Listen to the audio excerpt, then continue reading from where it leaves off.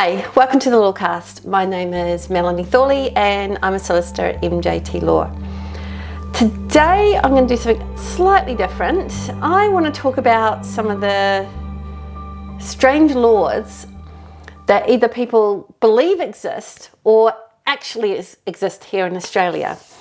So we're talking about those weird ones where a policeman's not allowed to arrest you without his hat on, things like that. So the first one is pretty strange. Not so long ago, a Sydney cabbie was fined $100 for wearing brown shoes while waiting for passengers at a casino taxi rank. And this is in New South Wales. I really like this one because it makes absolutely no sense at all. First of all, that it was an offence to wear anything but black shoes at a taxi rank, but no longer. And it's such an obscure law. Why on earth are the police fining for this sort of thing? Even if they knew the law existed, what would be the point? Anyway, so the penalty was scrapped because the law didn't exist anymore. But it's just, again, it just shows you how weird some of these laws get and how strange, I guess, it's kind of balanced out in terms of, being fined or not fined. Now, I actually really like the next one. It's illegal to be in possession of more than 50 kilos of potatoes in Western Australia. What? I love this law because it really doesn't make any sense. Apparently, Western Australia has a really powerful potato regulator, and they made it way back in 1946. They made it a law to prohibit people from carrying more than 50 kilos of potatoes. I'm not sure why. Maybe too many potatoes is a bad thing. I actually don't know why it exists, but apparently this came up and the Premier promised to abolish this rather strange law in the next state election. Now, I haven't checked that. It was Premier Colin Barnett said he would abolish the Potato Marketing Corporations law if he survived the next election. So you could look that up, have a look to see if he did it. I think it's fascinating. I don't carry a lot of potatoes, but there are people who might, people in large families. 50 kilos is a pretty mad number. I wonder what you'd carry 50 kilos of potatoes for. Going on a really long holiday? Having a camp with a bunch of kids in it? No idea, but anyway, illegal. Now, the next one is you can't swim at Brighton Beach in Victoria unless you're wearing neck to knee bathers. Now, no.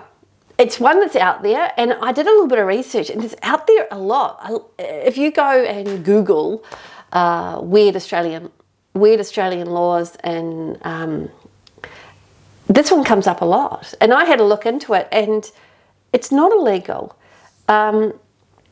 It probably used to be, and there's this kind of jibber jab saying that at some point it would have been unlawful because of morality laws and things like that way back when, but these days, no, you can wear a normal stock standard bathing suit. If you wish, you can wear the long ones at Brighton Beach. Now, it is illegal to offer an award, no questions asked, for the return of stolen property. Yeah, it's illegal to do that in South Australia and Tasmania. Why? Something about prohibition of letting people get away with things. So if a person publicly advertises a reward for return of property that has been stolen or lost, and remember, in most countries, pets are considered property. The ad indicates no questions will be asked upon the return of that property. That person can be found guilty of an offence and slapped with a maximum fine of $500. You know what? I'm not advocating people go out there and break laws, but if one of my dogs disappears and I put a sign out there saying, no, here's a reward, no questions asked, I would pay that reward. I would not ask questions. And if I got the fine, I would pay that too. But maybe lawyers shouldn't say that would be flouting laws. I live in Queensland, to be fair, so I don't live in South Australia or Tasmania, so I don't have either of those sensibilities, I guess, but it's a very strange law, especially when we're talking about, I mean, I can understand it if it's, I don't know, your lawnmower, for instance, you know, but a family pet, I think there should be some scope there to understand the difficulties of what might happen there, or your kid's favourite toy, or something, I don't know, something that makes sense when you say it. Now, there is another law that kind of bounces around when you do all this kind of Googling about weird laws in Australia. And one of them is you can't change a light bulb without having an electrician do it. Now, that was true a really long time ago, but it is not true today. And apparently, the legislation expressly states that you can change a light bulb or unplug a power point without needing an electrician. In fact, it clearly states that you can do that. But it did used to be a law. It actually used to be a law. What is a breach of the regulations or the laws or whatever is touching electrical wires that can cause you death. Now, seems like a bit of a weird one because, you know, whatever, but because it causes you death. But remember, it used to be illegal to commit suicide or to attempt to commit suicide. People put in jail for committing, you know, attempting to commit suicide. So, I do like the light bulb one. It comes up an awful lot when you do all this Googling. From my research, it's not true. It is against the law in South Australia to interrupt a wedding or a funeral. $10,000 fine or 2 years in prison. I love this. I absolutely love this. I don't know how many people have gone to weddings when there's been some type of ruckus. Best weddings ever. I've been to a few where, you know, someone's sitting at the bar watching the wedding happen and gets up to a bit of mischief. I've been at a wedding where someone objected to them getting married. Absolutely love this. It is actually also illegal in Queensland, where I am, to publish or broadcast a phony birth, marriage or death or a new job. So I can see how the job one might work out. Okay, so apparently there is also a law that exists in Australia, in Victoria, that says that it's illegal to be near or inside a house frequented by thieves. Weird. Absolutely weird. Consorting laws, I think this falls under. Those found, there's some similar, where it's an offence to habitually consort with a person who is guilty or suspected of being involved in organised crime. Fascinating. I actually find this one really fascinating. How would you, consorting? I mean, what does that mean? Doing business with, being friends with, having your kids play with? How would you possibly know this? Okay, so there's another one that comes around, and I just really don't understand where this one came from. It is okay to urinate on your left rear tyre of your car. What? I don't think that makes any sense. What? We have public urination laws. It's illegal to urinate in public. People get snapped by that all the time. Why, when all of a sudden, would it be okay to do it if you're doing it on your own car in the rear left tyre? I call bullshit, and apparently it is. I had a look at this one, and it is bullshit. In fact, in Queensland, the Summary Offence Act spells out evidence of public urination is evidence that liquid was seen to be discharged in the vicinity of a person's pelvic area. I love that, pelvic area. There's enough evidence that the person was urinating. What else would they be doing? Who's going to standing there with a drink bottle right down by that public area squeezing out the water? What? So I like it. I like it a lot. I guess someone had to explain it. But notwithstanding, yes, public urination, people, is an offence. Okay. It's illegal in Australia to walk on the right-hand side of the road. Where did this law come from? It's not true. People think it's true. It's a really weird one, because why would it be illegal to walk on one side of the road than the other? Plus, wouldn't it be different depending on which direction you're going? Apparently, if a pedestrian is walking on a road where there's no footpath or no reasonable access to a footpath, then they must walk on the side of the road that faces approaching traffic. That's actually a law. Again, a little weird, because how can you make that a law? But they have. They've said that you get fined if you're not walking facing the traffic on a road where there's no footpaths. Now, for those of you who are not living in Australia, Australia has crazy numbers of roads, even in the suburban areas, without footpaths. It is incredibly normal to be on a suburban street and there be no footpath. That's not to say there's not a bit of a grass verge or a lot of a grass verge, but there's no actual path. And from my travels, it's a little unusual. Yes, in Europe and some of the villages, there's no footpaths at all. It's just road and houses. And in this case, if you're in Queensland or you're in Australia and this was happening, you would have to walk facing the traffic, I guess, so you could jump out of the way. I don't know why that's a thing. You can see how seeing oncoming traffic might be sensible. But apparently you need to be facing, and you can get a $45 fee, 20 penalty units in Queensland and 20 penalty units in New South Wales. It's a lot of money. Okay, in Australia, in Victoria and South Australia, it is an offence to harm a homing pigeon. Now, let's set aside the laws around harming animals anyway, because they exist. We now have an additional law that particularly about homing pigeons.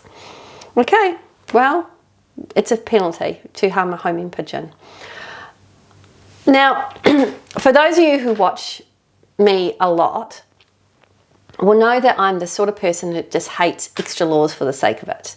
I don't like additional laws. Let's enforce the ones we have. Let's not make extra laws out there. It just confuses everyone. It seems superfluous to me. If we have a law that does the thing already, why don't we just enforce it that way? And this seems like another one. Why would we need a specific law for homing pigeons when we already have blanket laws out there against harming animals? No idea. Absolutely no idea. Okay, and the piece of resistance, everyone, the one I like the most is in Queensland, it is illegal to leave your car without securing it. So all those people out there who are in 45-degree heat, who run into the shops, and I'm not talking about leaving kids or dogs or anything in cars. I'm not talking about that. I'm talking about you driving somewhere, you getting out of your car and you're walking into the shops for something, or you jump, anything, you leave your car. If you leave your windows down, you leave your car unlocked, you are facing a fine, my friend. It is illegal to do that. I don't know why. I mean, I could guess it's about encouraging theft, but I don't know. I don't know why this exists. I do like it though. It is one of my absolute favourites. Leaving your key in the ignition is a massive fine. Leaving your doors unlocked, apparently fine material. Leaving your windows down, apparently fine material. I feel like it's a little bit like blaming the victim here. Because I think what they're trying to say is you're encouraging criminals. But haven't we already been through this with various other laws?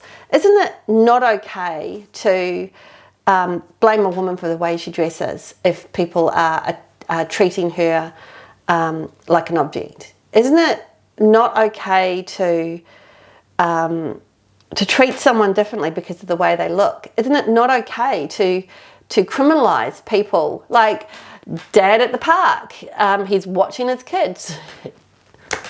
How is it a crime? But you get criminalised, or one can get criminalised for doing something that seems naughty in some way. Oh, he's watching the children, that's really naughty, or whatever. Why are we blaming the victim here? It's just a weird law. And it feels to me, if I'm going to go sort of into a little bit of a deep dive on this, it feels to me like we are saying that by leaving our doors unlocked, we are encouraging criminals to come and take something which will then put them through the criminal justice system. I'm not doing that by leaving my door unlocked or my windows down. I'm simply leaving my door unlocked or my windows down. I don't leave a sign saying, come on, somebody, steal something so we can snap you. It's not about entrapment. I'm not waiting with a camera to snap someone when they put their hand through my window to grab what?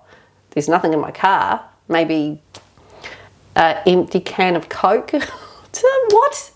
Anyway, so peoples, I do like that one. It is actually my absolute favourite. And it was meant to be my last one, but actually I'm going to do one more because this one's really crazy. It's illegal to dress up as Batman and Robin in Australia. Seems weird. Actually, what it is illegal to do is impersonate a policeman or a enforcement officer. So I guess if you're dressing up as Batman or Robin and behaving like an enforcement officer, then yeah, you're going to get snapped, dudes. Naughty, naughty, naughty. But just dressing up as Batman or Robin, well, it might be like the brown shoe thing. No idea. But I call bullshit. Okay, everyone, I hope you had enjoyed watching today's session of the Lawcast. It's a little bit unusual today. I had a little bit of fun with some of the weird laws here in Australia, some that exist and some that people think exist and don't exist. Hopefully that's given you something to think about. Take a look at that law in Western Australia, see if he managed to repeal the potato laws, and have a think about whether it's okay to criminalise somebody who leaves their doors open, who doors unlocked in their car. Have a lovely evening, and thank you for watching the Lawcast. See you later.